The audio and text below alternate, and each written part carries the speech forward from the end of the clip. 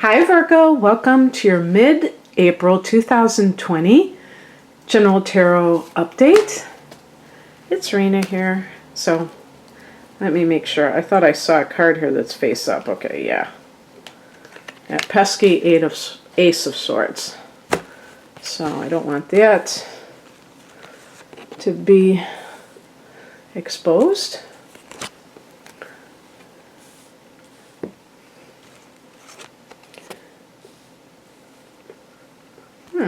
Very interesting combination here.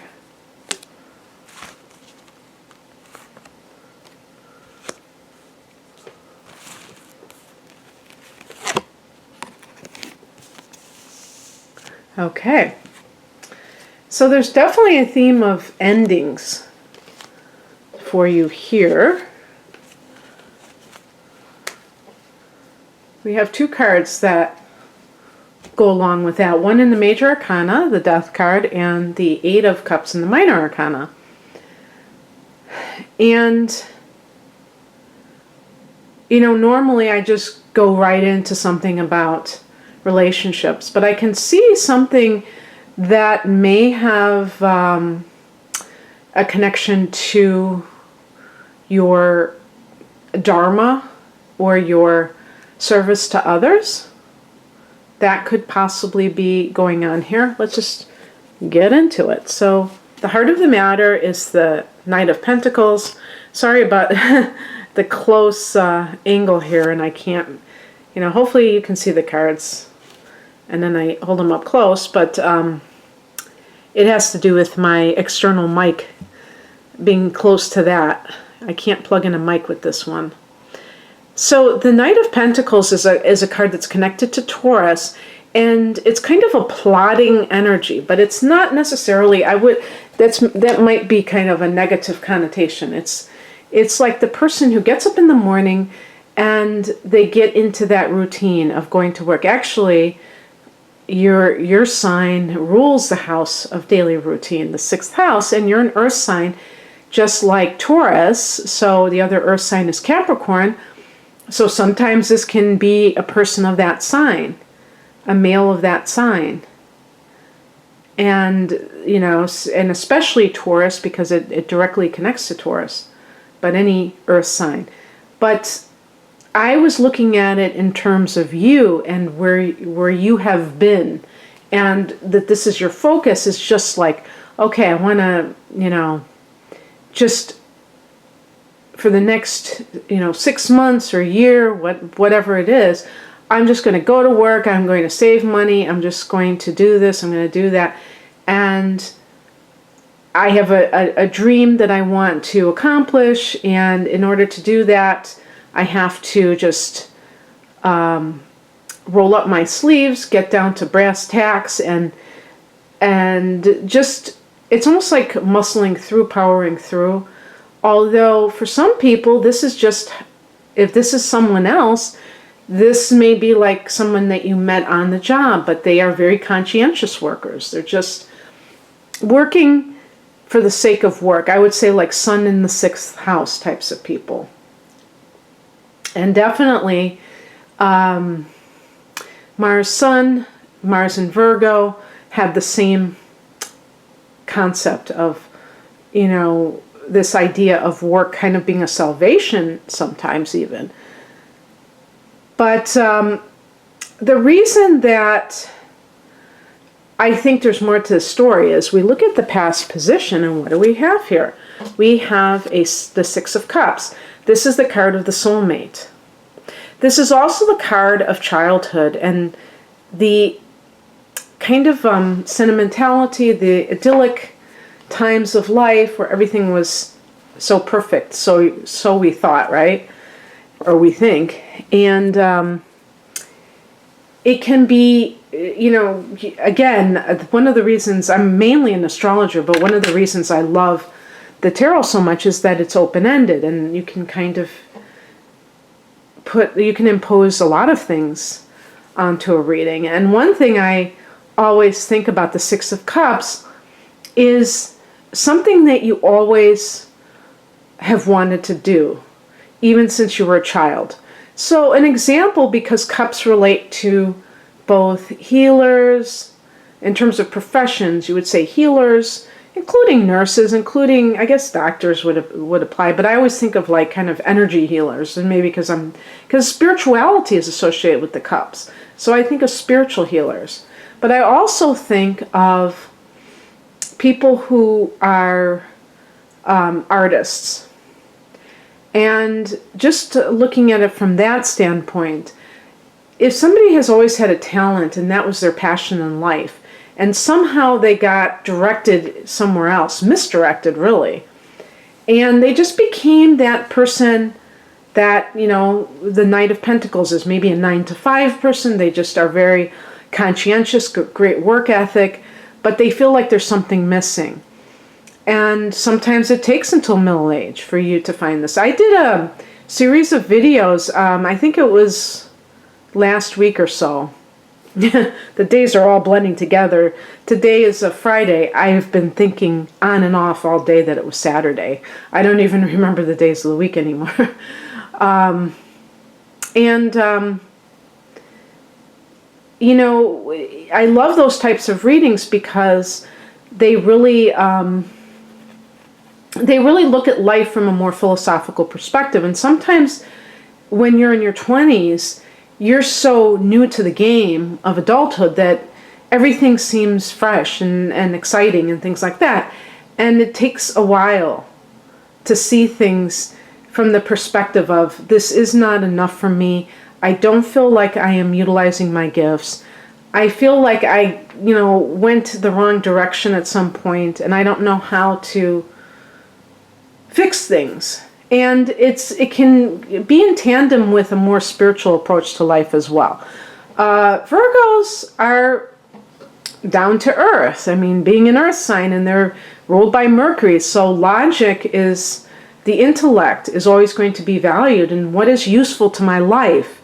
I have the moon in Virgo, and even with spirituality, I always am enamored by things that are practical versus kind of abstract. Even though I like the abstract stuff, I think that the stuff that you can really utilize on a day-to-day basis, in a lot of ways, is the most valuable. And I said most, not the only thing that's valuable. So you may be in that kind of a place where you're reassessing things, and perhaps this shutdown has affected you, and you have been left to your own devices, if you will. Maybe you were on that hamster wheel and now you got knocked off, and you don't have that distraction. And it's not to say that there's nothing worthwhile about just going to work and putting in a good day's work. No, not at all. That's actually preferable to not feeling like you're contributing and feeling like you're just kind of stagnating or something like that. However, when you have something like kind of really touching your heart, that could certainly make things a little bit more what's that phrase? Kind of like a sense of urgency. And that's what happens a lot of times with midlife crises, is that the person feels like, I don't have many years left where I'm going to have a professional life. I want to either make my mark, I want to do something that I feel like I'm going to be giving to people, whatever.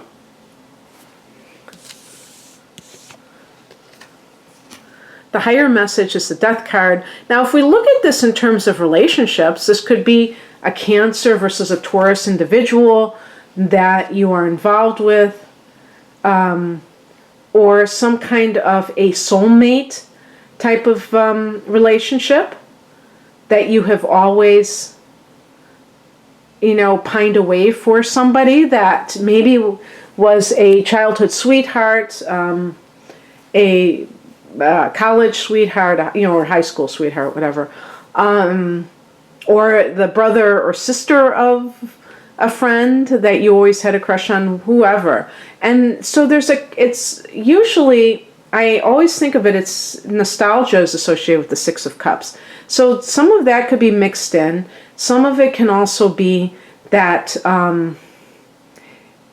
like kind of it's not just sometimes the person, but the times that you were in that remind you of when life was simpler and less, when things were not that complicated, and you felt freer. And the Death card is the spiritual position. So it's really saying that, which is kind of a hard thing to swallow, is that the past is dead. The past is gone. And the Six of Cups and the sign of Cancer itself loves to dwell on the past, loves to idealize the past. And the past is gone. And the thing is that it doesn't mean that it didn't exist, but you can't, there's a saying, you cannot enter the same river twice. So even if you reunite with someone who was, let's say, a high school sweetheart, and somehow you got separated, you're not the same people. So it's impossible to replicate that experience. And it's kind of freeing. I know it sounds harsh, but it's kind of freeing because it frees you from an illusion.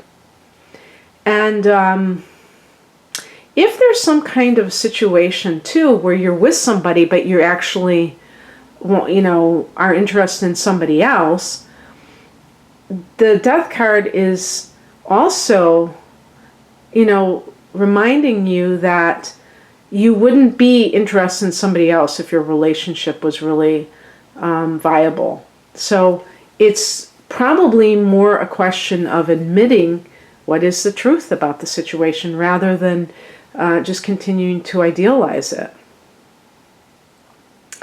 If this is about a job that you really are not crazy about, the Death card that can have multiple meanings. One of them can be, one day we're all going to be leaving this earth. Life is 100% fatal, but just for the body, the soul lives on. At least I believe we have souls, and so the essence of who we are still exists and moves to another dimension, but it's still, we all have to relinquish our bodies. And when you frame things like that, to spend time just going, kind of like wash, rinse, repeat over and over again, if you're not invested in those things, is like ignoring the fact that death is, is real and will happen someday. I think about that sometimes because I think about, a life that you are living that is authentic is something that you really feel like you have given of yourself and not just kind of mailed it in, or that you are doing something that just doesn't resonate with who you are, is to me a very important accomplishment. It doesn't have to be something, that's that, lofty. It can be anything. It can be having your own little business on Etsy and you're like a crafty kind of a person. Maybe you're not the top seller, but you're doing what you love to do and you're doing what you're good at. And it doesn't mean that you can't have another job to pay the bills even, but at least be doing something that is really in alignment with you, even if it's almost bordering on a hobby. But so the death card can indicate that life is temporary. The current incarnation is temporary, and so make sure if you're kind of sacrificing for something that it's going, there's a good cause for it, that it's not something like you're trying to support your children, or you have a financial goal that you're trying to meet that will then lead to greater freedom, but not just this kind of lack of ability to see your life as something that matters in the grand scheme of things, that you're just kind of like this worker bee and that's all you are. No, there's something that you came here to do, and you may have known this since you were a child, and perhaps you've gotten distracted from it, and you might be feeling feelings of distress. One of the things that can happen, like even with this shutdown, is that it's forcing some people who may be kind of workaholics and they just really get wrapped up in the daily grind to have to look at their lives. And that's not a bad thing. It's only a bad thing if a person is so closed off to themselves that they will just do something else as busy work, and they will just do whatever it takes to avoid really listening to the small, still voice within themselves. Okay, what crosses you is the Star card. And this is kind of what I was alluding to before, because of your nature being more practical. This is the faith in unseen forces. It's also Aquarius, by the way. And I mentioned, it's funny because he's got a sword too. And the swords are connected to air signs. And if you remember, when I was shuffling the cards, I had the Ace of Swords that was upright. While I was shuffling the deck, and I had to stop to put it face down so I wouldn't know what card it was. But I was kind of wondering if that had any kind of significance. So maybe it is an Aquarius person. But if so, if it's like a literal Aquarius, this person, this is a challenge. So maybe either if this is the soulmate, it's challenged by timing. This maybe one or both of you are married, and it's you've recently reestablished contact, but you can't totally get into it because you've got these other commitments. Perhaps you live in different countries now, or different states, and it's very far apart. So that's a possibility. But I really wanted to go back to this idea of, not having faith in unseen forces, needing to see things in order to believe them. And I mentioned previously, in connection, I think, to this card too, is that the late Dr. Wayne Dyer had a book called I'll See It When I Believe It. And I thought that was so clever, because that's exactly true. If you're looking for tangible proof of something, then that can limit your ability to see. Sometimes there is tangible proof. It might be an animal coming close to you that symbolizes something, and it's an unusual kind of an experience. I had a hummingbird that kind of hovered over me when I was in the park, and I don't see hummingbirds very often, and so I looked it up when I got home to see what it meant. That's what it means, tuning into these things. And you may just be like, oblivious to it. Not all of you, but some of you. And that's just one example. And anything in your life, if you really feel like you're working towards something and you can't see any proof that it's going to work out, it can feel very frustrating, and you can feel like it's not going to happen. And that's what faith is. It's like the belief that something will manifest in the physical when it's only a thought at the current time. And it does take a lot of guts to have dreams a lot of times, because they can be crushed, and maybe they have been.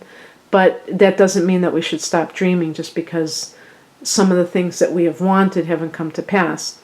According to law of attraction and Abraham Hicks, they say, it's in the vortex. It's already there for us if we want it. So anything that we desire is already available, if you want to say in an alternate universe or something, but on some level.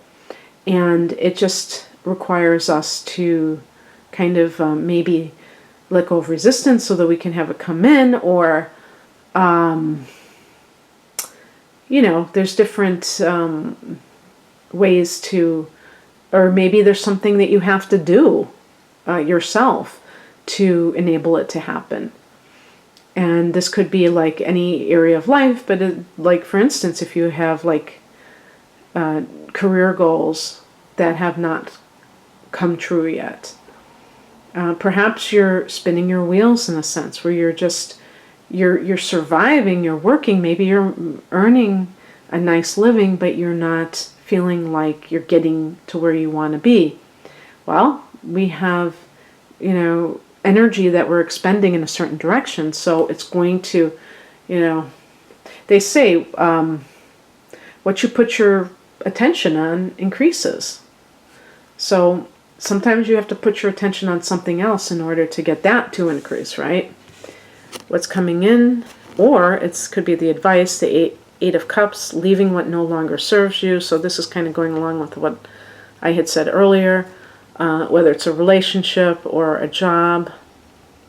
And it doesn't mean like in the next couple of weeks, it just means that you may be kind of, with the Death card, you may realize that something is already done on a certain level. I may call this already gone, because this is really what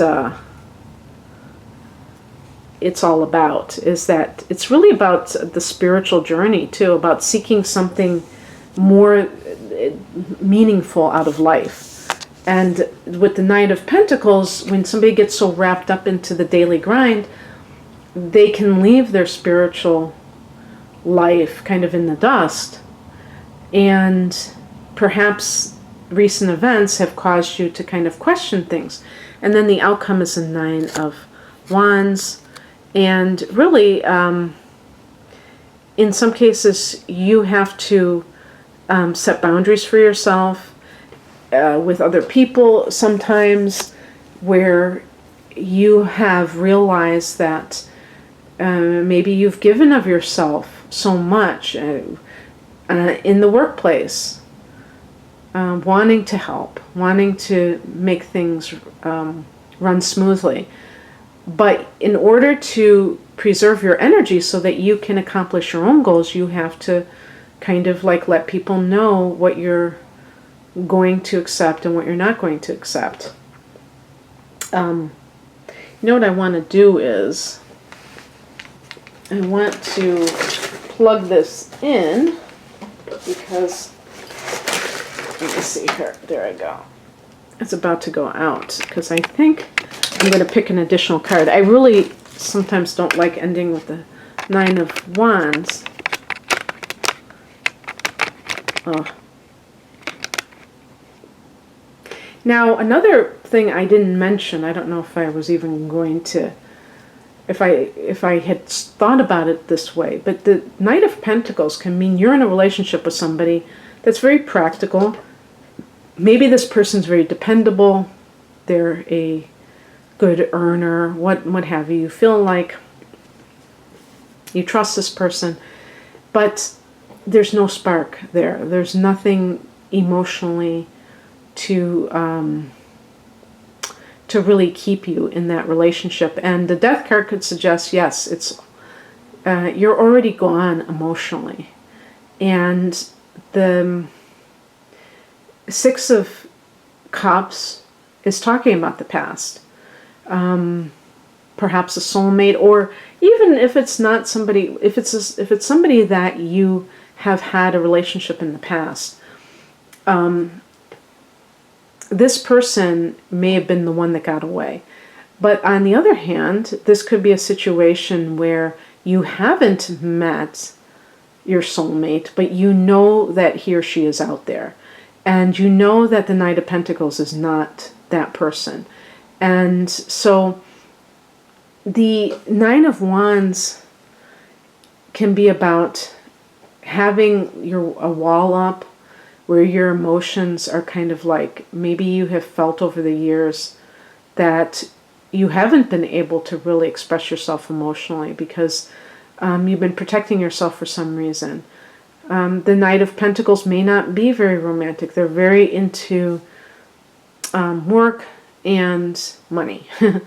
That's just how they're wired. So let's pick another card to see about outcome that could be more. Okay, so I got the Tower card in reverse. So it's really about, with the Death card and the Tower card, it could even be a situation where you're a widow or widower and you're coming out of this mourning. You know, you had that sudden shock. Maybe it was somebody who you didn't expect was going to go when they did, and you've been working to try to kind of forget about what happened and just kind of, you know, lose yourself in your work, and you can't let go of this Six of Cups, this sense of the past, either with your the person who passed away or somebody else that, you know, now that you are not coupled, that you have been, you know, longing for.